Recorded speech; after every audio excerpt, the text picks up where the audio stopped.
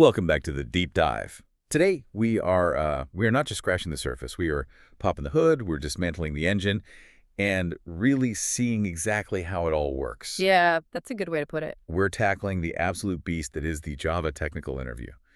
And I want to be clear right off the bat, we aren't talking about the hello world stuff Yeah. or, the basic syntax questions you might get as a junior dev just starting out. No, absolutely not. We are talking about the questions that keep developers up at night, the grueling, under the hood interrogations you face when you're going for those mid to senior level roles. Or even a lead architect position. Oh, for sure. The kind of questions where they're not just testing your knowledge, they're testing your experience, your scars, really. It really feels like the stakes have changed, doesn't it? I mean, Yeah. looking at the stack of sources we have for this deep dive, and it is a massive stack, pulling from real-world interview experiences at places like Cognizant, Deloitte, Citibank, Optum, Tech Mahindra, there is a very, very distinct pattern emerging. There is. It's no longer enough to just get the code to compile. That's the key shift right there. It's not about does it work anymore. It's about will it scale?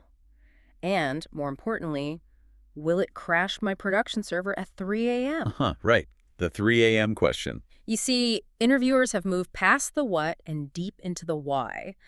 They want to know if you understand the ecosystem deeply enough to troubleshoot, say, a memory leak or a concurrency bug that only happens once every million requests. Exactly. So our mission today is to decode these critical questions.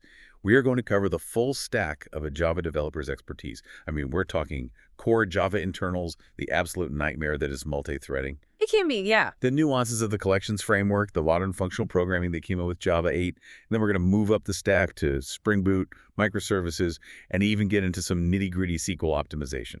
And the goal here is to separate the textbook answers, the ones that make you sound like a robot reading a Wikipedia page, from the answers that actually get you hired, the ones that show you've been in the trenches. I am so ready to be the learner here. I've got my IDE mental model open.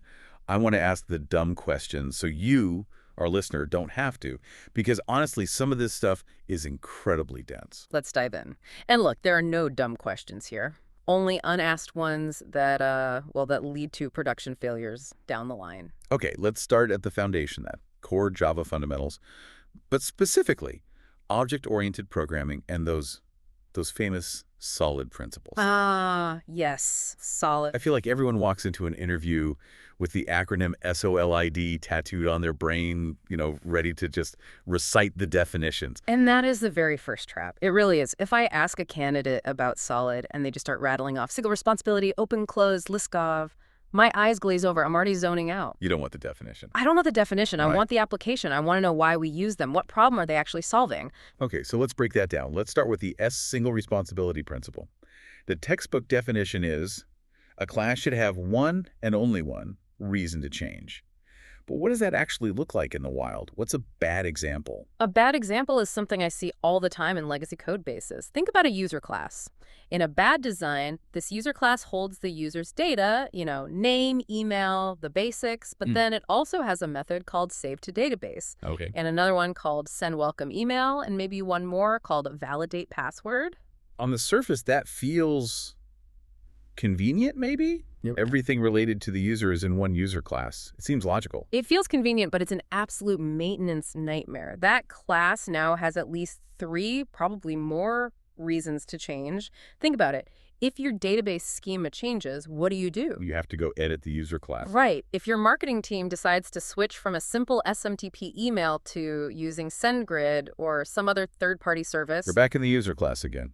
Exactly. And if your security team updates the password complexity rules, guess what? You're editing the same user.java file. And every single time you open that file for one reason, you run the risk of breaking the functionality for the other two. You're introducing bugs. Precisely. You're coupling completely unrelated concerns. The hireable answer, the one that shows you get it, is to explain how you would decouple them. You'd say something like, well, the user class should just be a simple data holder, a POJO. A plain old Java object. Right. And then you'd have a separate user repository or a user DAO for all the database stuff. You'd have an email service for the notifications and a user validator for the business logic.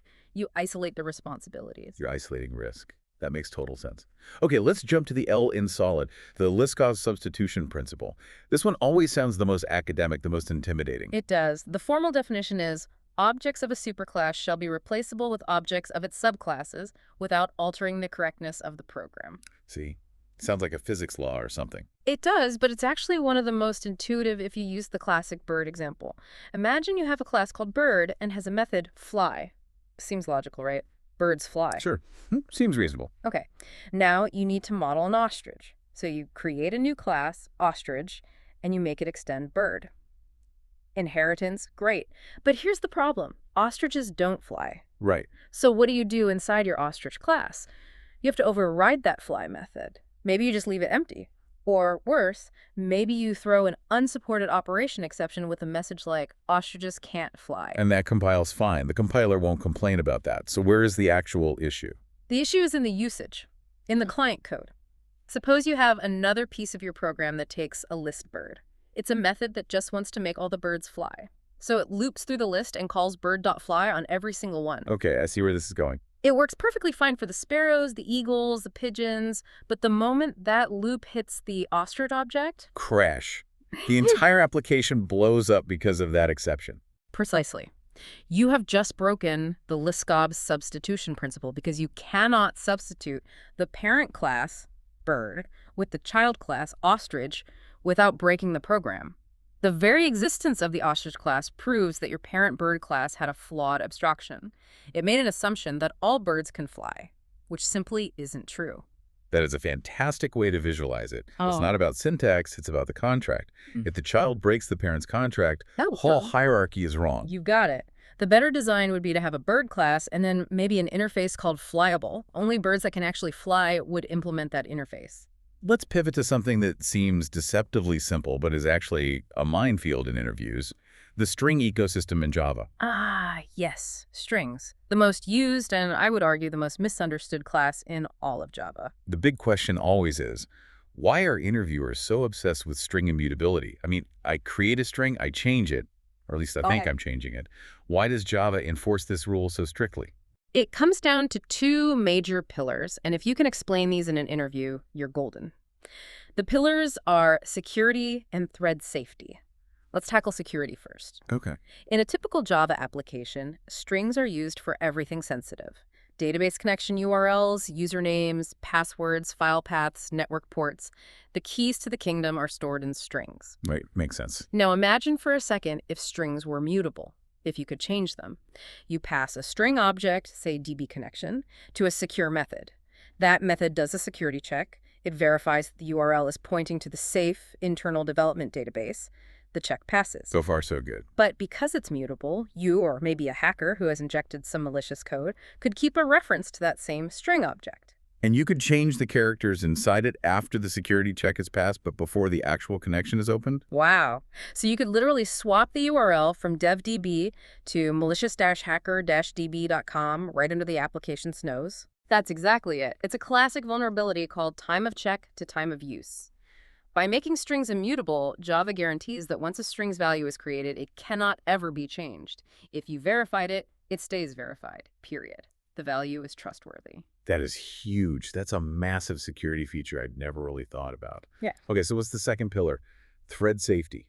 This is a massive performance win that you get for free. Because a string object cannot be changed, you can share the exact same string instance across 1,000 different threads simultaneously. You don't need to lock it. You don't need any synchronization. It is inherently perfectly thread safe. Which leads us directly into the memory aspect of the strain pool. This is a concept that seems pretty unique to Java. How does that work under the hood? It's a brilliant memory optimization trick. When you write code like string s1 hello and then on the next line string s2 hello, the JVM doesn't actually create two separate hello objects in memory. It reuses the first one. It does. It looks at a special area of the heap memory called the string constant pool. When it sees the first line, it puts hello into the pool and makes s1 point to it. For the second line, it checks the pool first, sees hello is already there, and it just points s2 to that very same memory address. So S1 equals S2 would actually return true. They are literally the same object in memory. Yes, they are. But And here's the classic interview trap. If you write string s3 equals new string, hello, You're explicitly forcing a new object to be created. you're bypassing the pool. You are telling the JVM, I don't care if hello already exists in the pool. I want you to create a brand new duplicate object for me in the main part of the heap. It's incredibly inefficient and it wastes memory. That's why you almost never see new string in well-written code. Okay, so strings are immutable for great reasons. But sometimes we do need to build and manipulate text. We need to loop through a list of items and build a long JSON string or something. That's where string builder and string buffer come into play. What's the real practical difference there? It's basically a history lesson in Java's evolution. String buffer is the old legacy class. It's been around since Java 1.0. And because of that, it's thread safe. Every single one of its methods, like append, is synchronized. Thread safe sounds good, though. Why don't we just use it all the time? Better safe than sorry, right? Because synchronization has a cost, a significant performance cost. It involves acquiring and releasing locks. The thing is, 99% of the time when you're building a string, you are doing it inside a single method. It's a local variable. No other thread can even see it or access it. So you're paying a performance penalty for thread safety that you don't even need. Exactly. It's like wearing a full suit of armor to go get the mail. So String Builder was introduced later on to fix this. It has the exact same API as String Buffer, but with no locking, no synchronization. It's blazingly fast in comparison. So the rule of thumb is Always use String Builder. The only, and I mean only, time you should even think about String Buffer is in the very rare scenario where you have a single builder object that is being shared and modified by multiple threads at the same time. And even then, there are probably better ways to design that. got it. Okay, let's move into section 2. And this is the big one, the collections framework. I feel like we could do a whole hour just on this, but there's one question that seems to rule them all. It's always asked, the internal working of HashMap. Oh, absolutely. I've said this before. If you are interviewing for a Java role and you cannot explain HashMap internals, buckets, collisions, hashing, resizing, you are very likely not getting the job. It is the ultimate litmus test for whether you truly understand fundamental data structures. Okay, so let's walk through it nice and slow. I have a map. I call map.put, my key, my value, what is happening step by step under the hood. Step 1. Java takes your key object, in this case the string my key, and it calls the touch code method on it. This returns a 32-bit integer. It's a big, messy-looking number that's supposed to be somewhat unique to that key. Okay, so we have a number, the hash code. Step 2. HashMap has an internal array of buckets. Let's say, for simplicity, this array has a size of 16. It can't use that huge 32-bit integer as an index directly. So it has to map that number to a slot in its array, an index from 0 to 15. How does it do that? It does a clever calculation, usually a bitwise AND operation with the array's length -1. This is very fast, and it effectively gives an index. Let's say the result of this is index 5. We call this bucket 5. So it finds bucket 5, it puts the key value pair in there, done. Simple. In a perfect world, yes, that's an O1 complexity operation. Constant time, instant access. But the interview gets interesting when you ask, what happens if bucket 5 is already occupied? Right, a hash collision. Two completely different keys happen to generate hash codes that, after the calculation, pointed to the exact same bucket index. Exactly. This is where the implementation details really matter. Before Java 8, if a collision happened, the hash map would just start a linked list in that bucket. You'd have a node with the first entry pointing to a node with the second entry, and so on. So if you had, say, 100 collisions in that one bucket, you'd have a linked list of 100 items. You would. And to find your specific key, you'd have to walk that list one by one, calling .equals on each key until you found the one you were looking for. And your performance just tanks. It goes from that beautiful instant O1 to a slow linear ON, where N is the number of collisions. Right. It basically degrades into a list. But here is the senior developer detail that interviewers are listening for. In Java 8, they introduced a massive optimization. If that linked list in a single bucket grows beyond a certain threshold, and the magic number is 8 nodes, Java says, okay, this is inefficient. It stops using a linked list. What does it use instead? It transforms that bucket into a self-balancing binary search tree, specifically a red-black tree. A red-black tree. Okay, that's a much more complex data structure. It is, but it's also much faster for lookups. Instead of walking a list, which is ON, searching a balanced tree is O log n. It is exponentially faster. So even if you have absolutely terrible hash codes and tons of collisions, the hash map has a safety net to prevent its performance from completely collapsing. Mentioning the red-black tree transformation at threshold 8 is a gold star moment in any interview. Wow. Okay, but all of this relies on the keys themselves playing nice, right? We always hear about the contract between the equals and hash code methods. Why is it so absolutely critical to override both of them correctly? Because they work as a team. You can think of it like this. Hash code is like the postal code. It gets your letter to the right city, the right bucket.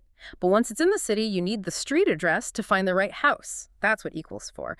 It finds the exact object inside the bucket. So what happens if I mess it up? Let's say I implement one but not the other. It leads to chaos. Let's take the most common mistake.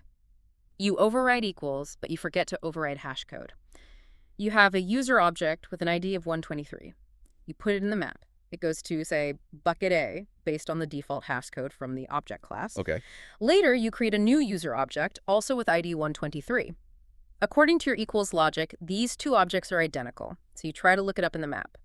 But because you didn't override hash code, this new object generates a completely different hash. Java looks in bucket B. But the object is sitting in bucket A. Exactly. Java looks in bucket B, sees that it's empty, and returns null. It tells you the object isn't in the map. You have effectively lost your data, even though it's sitting right there in another bucket. It is a logic bug that is incredibly, frustratingly hard to trace. Let's scale this up a bit. HashMap is great. It's the workhorse of Java, but it's not thread safe. If I have a web server with multiple threads all trying to access and modify a map at the same time, I need something stronger. Enter concurrent hash map. This is a beautiful, beautiful piece of engineering. The old way to handle thread-safe maps was hash table or wrapping a map with collections.synchronized map. Both of those used what we call coarse-grained locking. And what does coarse-grained mean in this context? It means they lock the entire map for every single operation. Imagine a grocery store. Coarse-grained locking is like having only one key to the front door. If one person wants to go in just to restock the milk, they have to lock the entire store. Nobody else can shop for anything, produce, meat, bread, until the milk is restocked and they unlock the front door. That sounds absolutely terrible for a high-traffic application. It would create a massive bottleneck. It is. It kills throughput. Concurrent hash map, on the other hand, uses fine-grained locking, specifically something called lock stripping, or more accurately, bucket-level locking. It divides the map into a number of segments, or buckets. So, using the grocery store analogy again. It's like giving each aisle its own lock. If someone needs to restock the milk, they only lock the dairy aisle. People can still shop in the produce section, the bakery, and the meat department completely unimpeded. Thread A can be writing to bucket 1 at the exact same time Thread B is writing to bucket 10, and they don't block each other at all. That's a huge improvement in concurrency. And what about read operations? Do they have to wait for locks? That's the other brilliant part. Reads are almost always lock-free. They use volatile reads to ensure they get the most up-to-date values without ever needing to acquire a lock. This makes concurrent hash map incredibly fast and scalable, especially for read-heavy workloads. While we're on the topic of collections and concurrency, there's a distinction I see in the notes here. Fail-fast versus fail-safe iterators. What is that all about? It's about how an iterator, the thing you use in a for each loop, reacts if the underlying collection is modified while you are looping through it. A fail-fast iterator, which is what you get from ArrayList or HashMap, has a very short fuse. It's impatient. Very. It maintains an internal counter of modifications. If it detects that the collection has been changed structurally, an item added or removed by any means other than its own remove method, it immediately gives up and throws a concurrent modification exception. It basically panics. It protects you, really. It's saying, whoa, the data changed under my feet while I was walking on it. I can't guarantee this loop is valid anymore, so I'm stopping everything. And fail-safe then is the opposite. Yes. Fail-safe iterators, like the ones from concurrent hash map or copy on write array list, don't throw that exception. They work on a snapshot or a weekly consistent view of the data.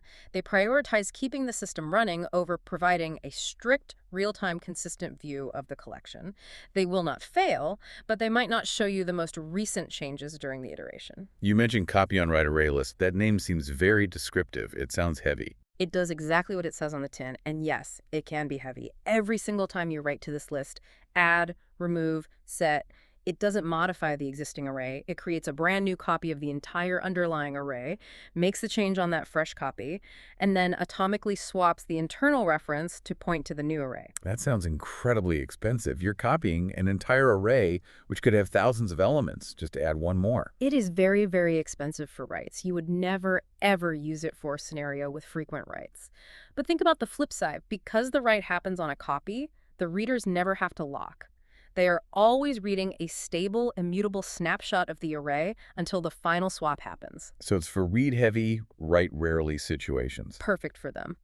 The canonical example is a list of event listeners in a UI application. You might have hundreds of threads reading that list of fire events, which happens constantly, but you only add or remove a listener very, very rarely. That's a great distinction. Okay, I think it's time to move into the deep water. Section 3, multi-threading and concurrency. This feels like the area where the interview goes from a friendly chat to a sweaty interrogation. It often is, because concurrency bugs are the scariest kind. They are non-deterministic. They don't happen on your laptop when you're testing. They happen in production at peak load when 10,000 users hit the system at the exact same millisecond. Let's start with the basics then, the thread lifecycle. A thread isn't just running or not running, it's more complex. Much more. A thread starts in the new state right after you instantiate the thread object. When you call it start method, it doesn't start running immediately, it enters the runnable state. And runnable doesn't mean running. Correct. This is a key distinction. Runnable means it's ready to run. It's in the queue, waiting for the operating system's thread scheduler to give it a slice of CPU time. Well, Once it gets the CPU, then it is in the running state. and from there it can move around. Yes. It can become blocked if it's waiting to acquire a synchronized lock that another thread holds. It can be waiting if it has called object.wait or thread.join, or it can be in timed waiting if it called thread.sleep. Finally, when its run method completes, it enters the terminated state. You mentioned calling start. A classic trick question, a real gotcha, is what happens if you call the run method on a thread object directly instead of start? That is the ultimate rookie mistake, and interviewers love asking it. The run method is just a normal method, like any other method in Java. If you call mythread.run, you are not starting a new thread at all. You are simply executing the code inside the run method on the current existing thread. So your main program just pauses, runs that method, and then continues. You've achieved zero concurrency. Exactly. Calling start is the magic. That's what tells the JVM to allocate a new native thread, create a new call stack, and have that new thread execute the run method in a separate parallel path of execution. Let's talk about some of the key words in this space. Synchronized versus volatile. I feel like volatile is one of the most widely misunderstood keywords in the language. People think it's some kind of lightweight lock. It is definitely not a lock. This is a critical point. Volatile solves one specific problem and one problem only: visibility. It does not solve atomicity. Okay, break down visibility. You have to remember that modern computers have complex memory hierarchies. Each CPU core has its own set of caches, L1, L2 caches, that are super fast. When a thread updates a shared variable, that update might sit in its local CPU cache for a while and not be written back to the main memory RAM immediately. So another thread running on a different CPU core might read that same variable from main memory and see the old, stale value. It's not aware of the change of the other thread's cache. Exactly. You have a visibility problem. Declaring a variable as volatile is a directive to the JVM. It says, for this variable, bypass the CPU cache. Every read must go directly to main memory, and every write must go directly to main memory. It guarantees that all threads always see the most recently written value. But you said it doesn't guarantee atomicity. What does that mean? Right. Take a simple operation like count + a. That looks like one step in the code, but at the machine level, it's actually 3 distinct operations. Read the current value of count, add 1 to it, and write the new value back. A read, modify, write operation. Precisely. If 2 threads try to do count ++ at the same time on a volatile variable, they can still interleave. Thread A reads 5, thread B reads 5, thread A calculates 6 and writes it back. Thread B calculates 6 and writes it back. The final value is 6 when it should be 7. Volatile ensured they both read the latest value, but it didn't prevent them from overwriting each other's work. So for that, you need true locking with synchronized, or... Or you use the classes from java.util.concurrent.atomic, like atomic integer. They use a special hardware-level instruction called CAS, or compare and swap. How does that work? It's an optimistic lock-free approach. It basically says, I want to update this variable's value to 6, but only on the condition that its current value is 5. If another thread snuck in and changed it to 7 while I was thinking, my update operation fails atomically. I then retry the whole process, read the new value 7, calculate 8, and try the CAS again. It's much lighter and more scalable than using a heavy synchronized lock for simple counters. In the real world, though, we aren't spinning up manual threads using new thread all that often. we're encouraged to use the executor framework. Why is that the better practice? For a very simple reason. Creating a new thread is expensive. It consumes a significant amount of memory and operating system resources. If your server created a brand new thread for every single incoming web request, it would quickly run out of memory and crash under any kind of load. So executors manage a thread pool. Exactly. They create a set of worker threads up front and then reuse them to execute tasks. A task comes in, it's put in a queue, an available thread from the pool picks it up, runs it, and then goes back to the pool to wait for the next task. No more expensive thread creation and destruction for every little job. The framework gives us a few common types, like fixed thread pool and cast thread pool. Is one generally better than the other? For production systems, fixed thread pool is almost always the safer and better choice. You explicitly say, I want a pool with 10 threads, and it will never create more than 10. This gives you predictable resource usage. Cast thread pool is more dangerous. It creates new threads as needed and caches old ones. If you get a sudden, unexpected spike of 10,000 simultaneous requests, cast thread pool will happily try to create 10,000 threads. And your machine will likely fall over and die. It will. You'll get an out-of-memory error. Yeah. So in production, you always want to prefer fixed boundaries to prevent runaway resource consumption. And for more modern asynchronous programming, the conversation has shifted to completable future. This was a complete game changer in Java 8. Before a completable future, getting a result back from a task running in another thread was clunky. You had future.get, which was a blocking call. Your main thread would just sit there and wait. Which defeats the purpose of async. Totally. Completable future allows you to compose and chain asynchronous tasks in a non-blocking way. You can say, go fetch the user data from this remote service. Then, when that's done, use the user ID you got back to fetch their order history from another service. Then when that's done, combine the results and email a receipt. You write it as a beautiful, fluent pipeline of operations. Speaking of Java 8, that brings us neatly to Section 4. This was arguably the biggest shift in the language's entire history, the introduction of lambdas and the Stream API. It really was. It dragged Java, kicking and screaming sometimes, into the world of functional programming. And now, in an interview, if you can't write a basic stream pipeline, it's a major red flag. At the heart of it all are the functional interfaces. Let's do a quick fire definition round on the main ones. Predicate. Takes an object of some type, returns a Boolean. It's used for testing a condition, primarily in filter operations. Think x my 10. Function. A transformation. It takes an input of one type and returns an output of another, or maybe the same type. It's used for mapping. String literature to get the length, for example. Consumer. Consumes a value, returns nothing, void. It's for performing side effects, like printing to the console or saving to a database. System.out.println is a classic example. And supplier. Takes nothing, but supplies a result. It's a factory for objects, used for things like lazy initialization or generating random numbers. Okay, the Stream API itself. I think the most common point of confusion for people starting out seems to be the difference between map and flat map. It's all about the structure of your data. Map is a one-to-one transformation. If you have a list string and you want a list integer representing the lengths of those strings, you use map. The number of elements in the list stays exactly the same. One string in, one integer out. Simple. So what about flat map? Flat map is for one-to-many transformations, where you also need to flatten the resulting structure. The classic example is, imagine you have a list author, and each author object has a list book. Your goal is to get a single master list of all books written by all the authors. If I use map to get the books, what would I get? If you did authors.stream.map, author.getBooks, the result would be a stream list book, a stream of lists, a nested, messy structure. Flat map, on the other hand, takes those internal lists and flattens them into a single continuous stream book. It combines them. That makes perfect sense. It unwraps the inner collection. Okay, let's try to visualize some common coding challenges.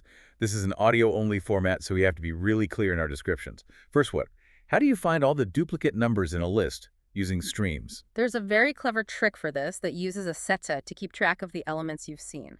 You start with your stream of numbers, then you call .filter.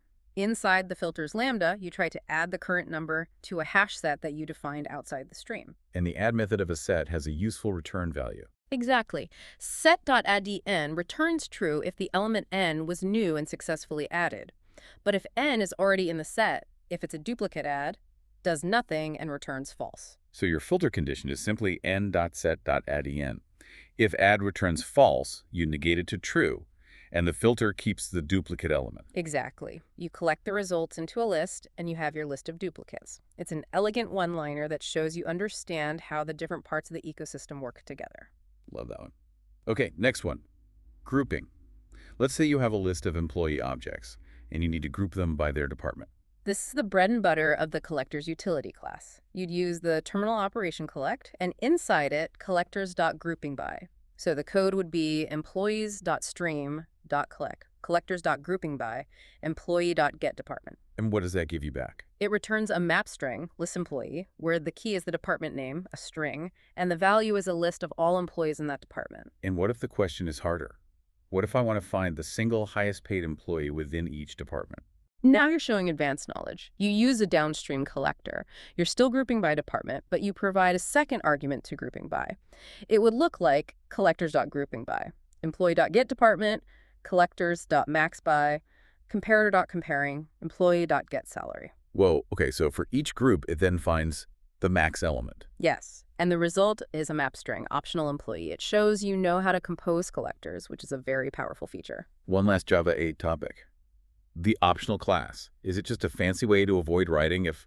Objectionable. It's more than that. It's about expressing intent in your API design. If a method returns a null as a caller, I don't know what that means.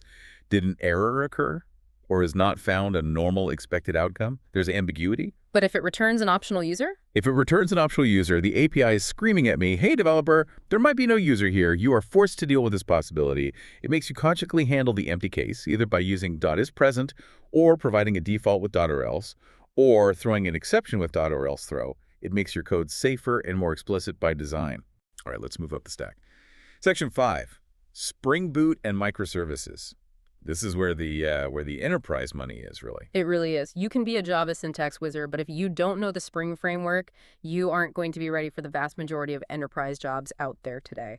Spring Boot's most famous feature is its auto-configuration. Which feels like complete magic when you first see it. You add a dependency, and everything just works. Is it magic? It feels like it, but it's actually a very clever system of class path scanning and conditional beans. When your application starts, the add enable auto configuration annotation kicks off a process that looks at all the JAR files on your class path. Okay. It has a huge list of auto configuration classes. For example, there's one for databases. It says, if I see the H2 database driver JAR on the class path, then I will automatically configure and create a bean for an in-memory H2 data source.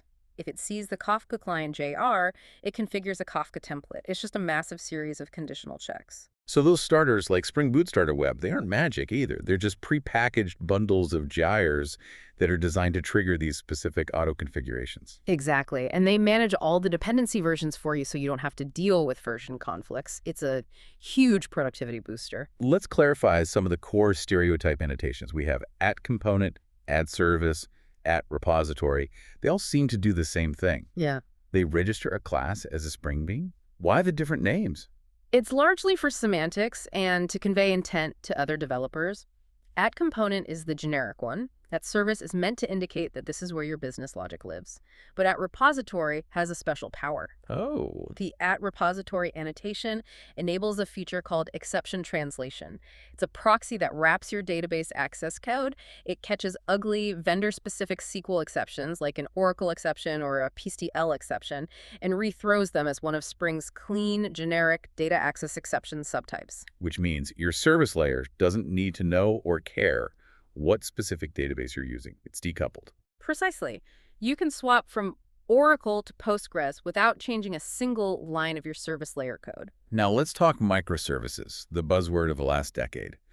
But in interviews, the focus seems to be less on the hype and more on the problems that microservices create. Because that's the reality of working with them. The biggest problem you introduce is that you're replacing reliable in-memory method calls with unreliable network calls.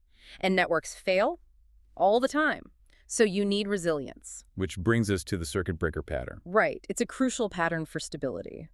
Imagine you have a microservice A that needs to call microservice B to get some data. But service B is down or overloaded.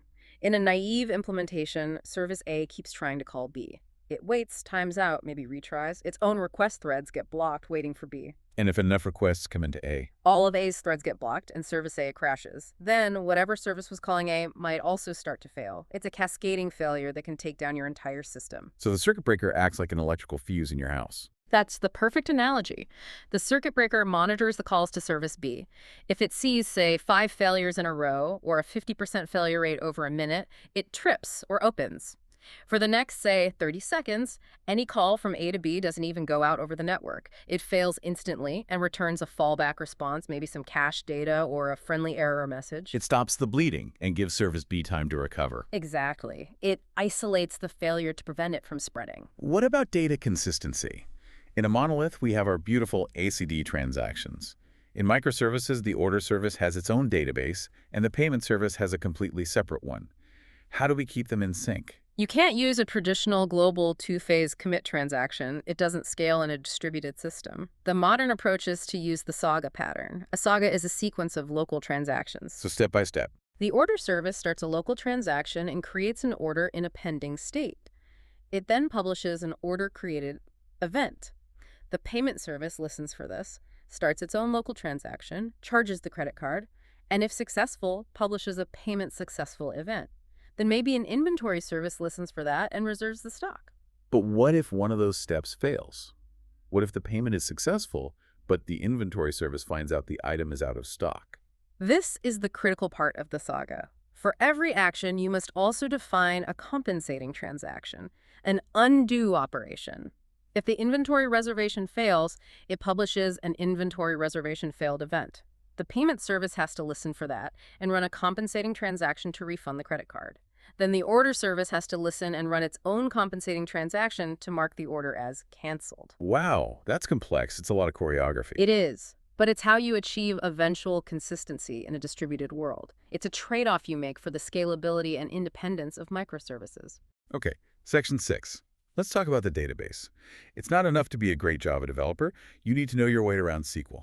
What is the dreaded N+1 problem in Hibernate or JPA? The silent performance killer. It's so easy to write code that causes it. The scenario is this. You write a query to fetch a list of, say, 10 departments. That's your first query, one query. So far, so good. Then your code iterates through that list of 10 departments. And inside the loop, to display the employees, you access the department.getEmployees collection. By default, this collection is lazy loaded. So for the first department, Hibernate fires a new SQL query to get its employees. Then for the second, another query. For the third, another query. So for 10 departments, you end up with one query for the departments plus 10 more queries for the employees. 11 total queries. Exactly. And if you fetched 1,000 departments, you'd run 1,001 queries. It absolutely crushes the database and your application's response time. The fix is to tell Hibernate to load everything up front. You use a join fetch in your JPQL query or an entity graph. This forces Hibernate to generate a single efficient SQL query with a proper join to grab both the departments and all their associated employees in one go. And what about indexing? Why is it so important? The classic analogy is the index at the back of a book. If you want to find a chapter on concurrency, you don't read the whole book from page 1. You go to the index, find concurrency, and it tells you to go to page 254. A direct lookup. Right. A database index works the same way, usually with a B-tree data structure. Without an index on, say, the username column, a query like where username John would force the database to do a full table scan reading every single row in the users table. With an index, it can find John in just a few operations, even in a table with billions of rows. What's the trade-off? Why not index every column? Because indexes speed up, reads, select, but they slow down, writes, insert, update, delete.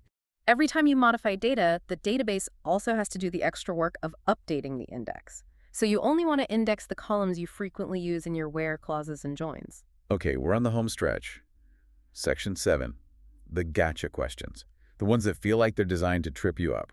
And the number one is always the singleton pattern. It is. And the interviewer isn't just looking for one way to do it. They're looking for an understanding of its evolution and its flaws.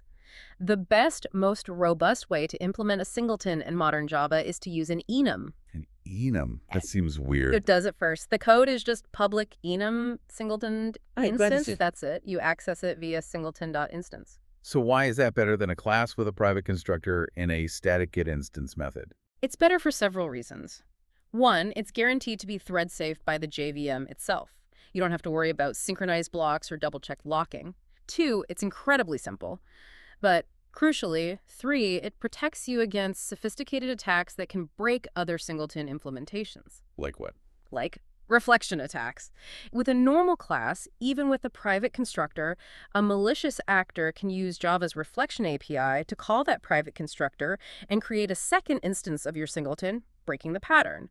The JVM provides an ironclad guarantee that an enum is instantiated only once, which makes it immune to this. It's also immune to deserialization, creating new instances. That's a killer answer. Okay, last gotcha. Memory leaks. But Java has a garbage collector, so memory leaks are impossible, right? That is the ultimate misconception. Yeah. And it's completely wrong. The garbage collector is not magic. Its job is simple. It collects objects that have no more references pointing to them. A memory leak in Java is a situation where you have objects that are no longer needed by your application, but you've accidentally left a reference to them somewhere. So the GC thinks they're still in use and never collects them. Precisely. The classic example is a static map used as a cache. You keep adding entries to it. Map.put, key, big object, but you forget to ever remove them. That static map lives for the entire lifetime of the application, and it will hold a strong reference to every single object you put into it, preventing them from ever being garbage collected. Your heap memory will just grow and grow until you get an out-of-memory error. And how do you find a leak like that in a real application? You need to get your hands dirty with profiling tools. You take a heap dump, which is a snapshot of all the objects in your application's memory at a specific moment in time. Then you load that dump file into a tool like Visual VM or the Eclipse Memory Analyzer tool, MAT. These tools let you analyze the dump, see which objects are consuming the most memory, and trace the reference chains back to find out what's preventing them from being collected. That's how you find your leaking static map. Wow. We have covered a massive, massive amount of ground today. From the bitwise mechanics of hash map all the way up to the architectural patterns of sagas in microservices. It is a lot, but this is the toolkit. This is what separates a developer who can just write code from an engineer who can build robust, scalable systems. This is what they're testing for. My final thought for you, the listener, is this. Don't just memorize the definitions and the analogies we gave you today. That's step 1. Step 2 is to open your IDE. Actually, write that stream pipeline, code a broken singleton, then fix it with an enum. Try to create the n+1 problem and then fix it with a Joanne FISCH. I could not agree more. That muscle memory is what will save you when the pressure is on in an interview. It beats theory every single time. Absolutely. Understand the why behind all these concepts, and the how becomes second nature. Thanks for listening to The Deep Dive. Go out there and crush that interview. We'll see you in the next one.